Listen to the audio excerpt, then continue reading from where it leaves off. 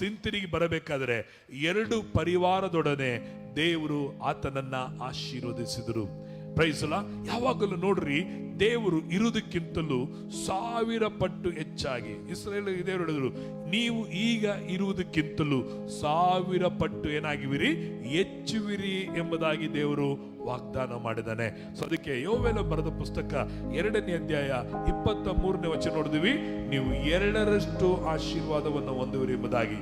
24ನೇ ವಚನ ನೋಡಿದ್ವಿ, ನಿಮ್ಮ ಕಣಗಳಲ್ಲಿ ಗೋಧಿಯು ರಾಶಿ ರಾಶಿಯು, ತೊಟ್ಟಿಗಳಲ್ಲಿ ದ್ರಾಕ್ಷರಸವು, ಎಣ್ಣೆಯು ತುಂಬಿ ತುಂಬಿ ತುಂಬಿ ತುಳುಕುವುದು, ರಾಶಿ ರಾಶಿಯಾದಂತ. Praise the Lord. ಆಮೆನ್.